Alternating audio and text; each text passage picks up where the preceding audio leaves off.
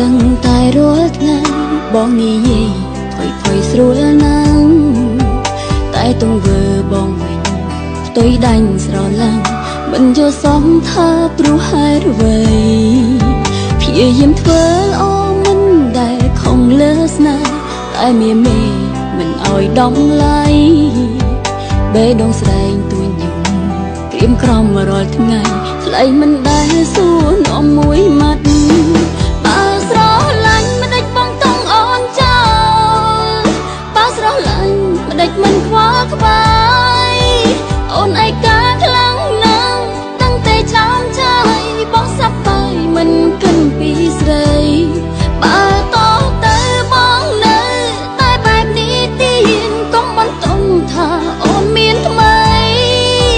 ខំចិញ្ចឹមចិនស្មងមកតែគ្មានន័យថ្លៃមិនដែលយកចិនទុំដឹង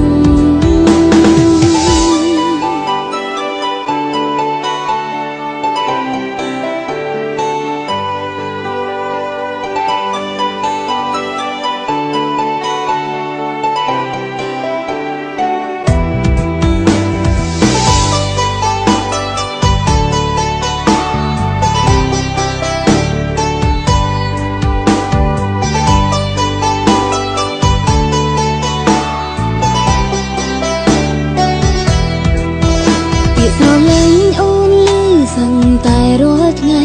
បងនិយាយថយស្រួលណាស់តែទង្វើបងវិញ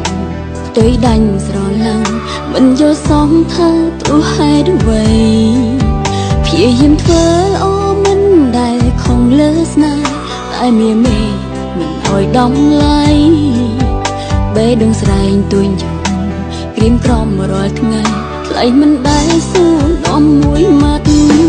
បើស្រឡាញ់មិនដេចបងតង់អូនចោល